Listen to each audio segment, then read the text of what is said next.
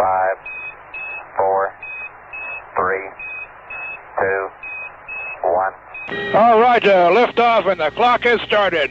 Yes, sir, reading you loud and clear.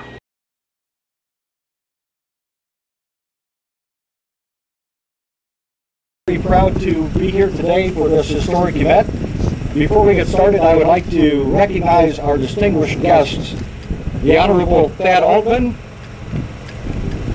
the Honorable Jim Garfield, Brevard County Commissioner, and from the offices of the Honorable Marco Rubio, Ms. Sarah Davila.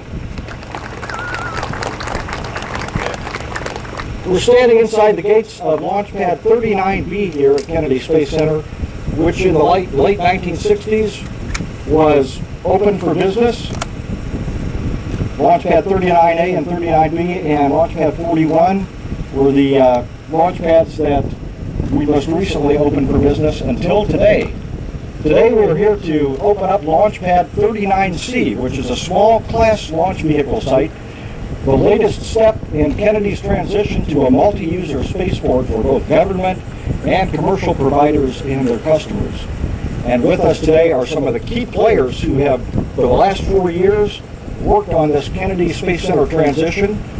I'd like to introduce Kennedy Space Center Director Bob Cabana to begin the operation today. Thanks, Mike. Thank you all for coming out today. As America's premier spaceport, we're always looking for new and innovative ways to meet America's launch needs. And one area that was missing was small class payloads. And so, using 21st century funds, we built Pad 39C with LOX methane fueling, universal fueling stations, and we're going to support the small class payloads, of which there are a number of companies that are interested in coming here to KSC to make that happen. So I think this is absolutely great to designate a new pad within the confines of 39B, Pad 39C, and I'm looking forward to having customers here in the not too distant future taking use of this outstanding facility. And with that, I'm going to bring Scott Colorado up. Scott's the director of my Center Planning and Development office here at KSC. He's going to give you the details on the pad and what interest there is in these small class payloads. So Scott, come on up and share some details about this. Thank you.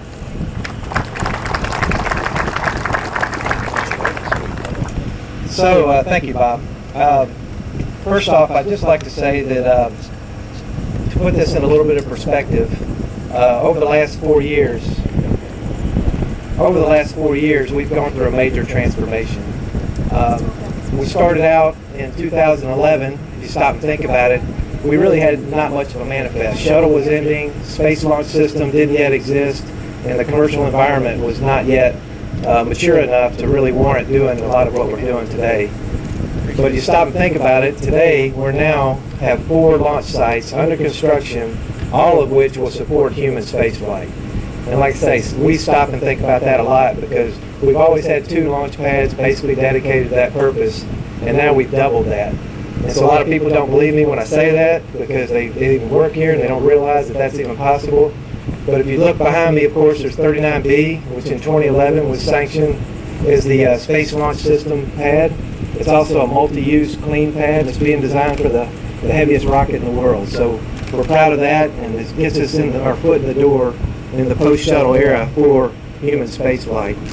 Meanwhile, the Commercial Crew Program awarded 2 contracts to SpaceX and Boeing, both of whom were allowed to basically propose to go anywhere they wanted, essentially, and they chose to come here. So right down the road here at Complex 41, the Atlas V and Boeing CST-100 site is being redesigned, modified to support that program. So we think that's a big deal. And right up the road, we just signed a 20-year agreement with SpaceX to operate out of Launch Pad 39A. And again, they're both making modifications to support human spaceflight programs. So already today, 3 human spaceflight programs within just a couple of miles of us are being supported by 3 different launch sites. Meanwhile, last month, we just signed an agreement with Space Florida, a 30-year agreement. So over the next 30 years, they have the shuttle landing facility. And most people don't think of that as a launch site, but in reality, that's exactly what it can be. And Space Florida plans to do that. So we're looking forward to that 4th human-rated launch site. and we think that's a big deal. So even with all that, so that's 4. Today, as Bob said, we're sanctioning a 5th launch site at Kennedy Space Center, which again, it just blows my mind because just a few years ago we barely needed the 2 we have. But Pad 39C is the latest addition to our portfolio. And as Bob said again, the small class market is here. It's essentially a new market. It's like a cell phone or a lot of things that come along and they're first kind of big and bulky and that sort of thing and heavy. They're now satellites in a lot of ways are getting smaller, leaner, electronics are getting smaller, and the demand for that kind of launcher is going up. And we basically have right about 10 or 12 companies that have actually come to this site and toured it and are interested in using it. So, and I realize it doesn't look like a whole lot. It's a concrete slab, and we have brought out our valve skids here, the universal propellant servicing system on the left and right. These happen to be for LOX and methane. But the key here is really this is what a commercial launch site for a small class launcher needs to look like. It's lean, it's mean, it's clean, and essentially the commercial company can do what they need to do, set up what their ground support equipment to launch their vehicle. So we feel real good about the fact that that's something that they can use, and we really don't have to provide a whole lot of heavy-duty infrastructure. And this was a really cheap way of doing that, and we think it's going to accommodate a healthy number of vehicles. We don't assume that there'll be 10 or 12 actually using it, but that interest being so high tells us that it's worth doing something like this. So, and as Bob also said, we've always been in the heavy launch complex or heavy class vehicle class. Now we're migrating down to these smaller classes because, like I say, it is a new environment, and that's what the commercial market is demanding, and we want to support that. To just tell you a little bit about the pad, like I say, it's very clean. It's versatile, as you can see in some of the graphics. The way we designed this is if your vehicle wants to be stacked vertically off-site and rolled out and launched that way, this supports that. If it wants to come out horizontally and rotated to vertical, like some of the rockets do, a lot of them do nowadays, we support that as well. And any version, any hybrid between those, this launch site would support it. And as I said, LOX and methane are what's supported here today. We can certainly add to that and cite different commodities out there. Those are 2 popular ones. RP1 is another one. Variety of commodities we can support right here and launch the vehicles. So this is very tailorable to different launch systems. So and just to maybe point out, so despite all that, we also have a few things going on to promote commercial space even further. Right now, today, we actually have, for the first time ever, we have 2 commercial announcements announcing availability, one for 2 new launch sites. So in addition to all this, we have a launch site 48, we call it, which is south of 39A. It's basically a site. There's nothing there built, but we zoned that area to be available for commercial users.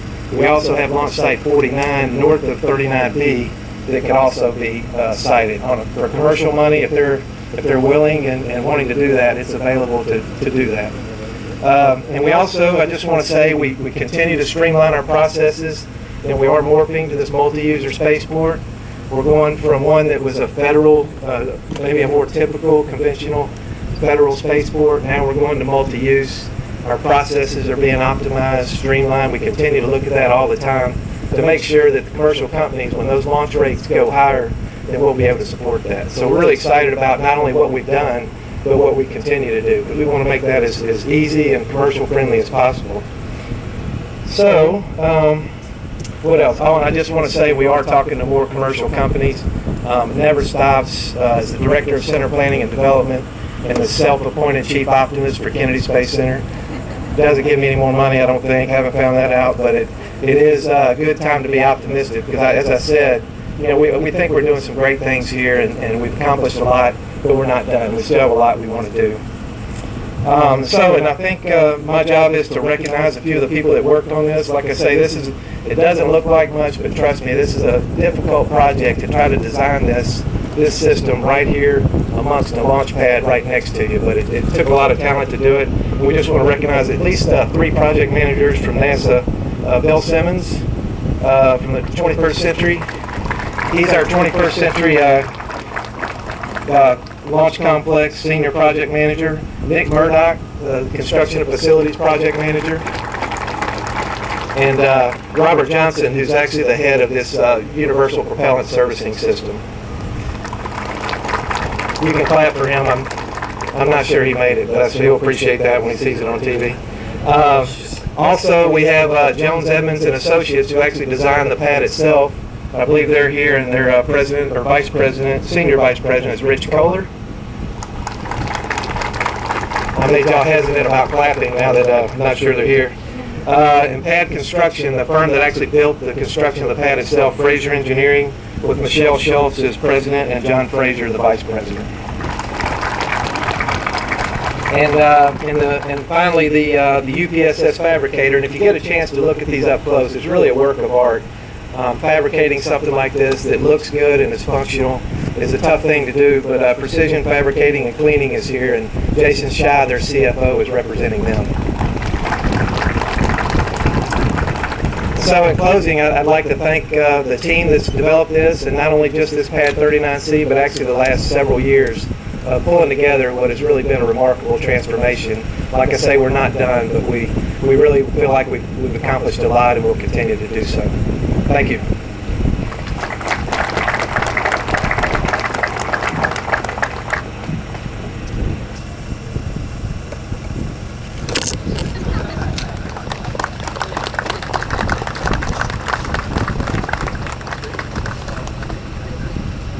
Scott Colloredo, C-O-L-L-O-R-E-D-O, and I'm Director of Center Planning and Development for Kennedy Space Center. As far as who might use it, it's unlimited. You know, we don't predetermine the size of the company or anything like that. What really dictates who could use this is the size of the vehicle, how much quantity of commodity they have to sight them from an explosive safety standpoint.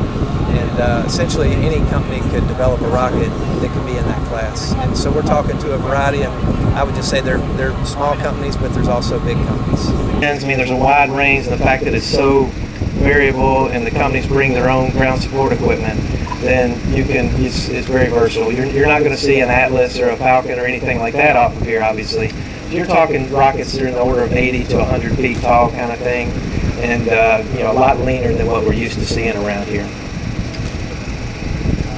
We think we would be launch ready no earlier, I'll say early 2017, late 2016 with a full up complement. But I will say though that if the more the actual user brings, and again it's so flexible, they could bring a lot, and it's virtually ready now for a user to come along and bring their whole system. The UPSS system still has to go through some checkouts and some testing off-site. It'll be about a year or so before that's ready, but it depends on the user and depends on how soon the agreements come together, and frankly depends on the contracts they might win, you know, from their customers. Okay, it's about what kind of missions do we envision. The big backlog right now is university research, CubeSats, small venture class type payloads. There's a backlog developing, and they're really dying to get these off the ground. That's probably the main thing. The other big thing nowadays is, you know, companies are going to these smaller constellations of small satellites. So instead of, you know, maybe one big satellite and launched every few years, highly valuable, hard to replace, going to a lot of smaller constellations where they can put up a high number of them.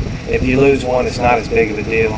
The beauty of this is they wouldn't have to fly as a secondary payload, so they're not stuck in an orbit that they'd rather not be in, or a launch manifest that they'd rather not do. With this, they can basically dictate the time and the inclination of that launch, which is important to the commercial customer.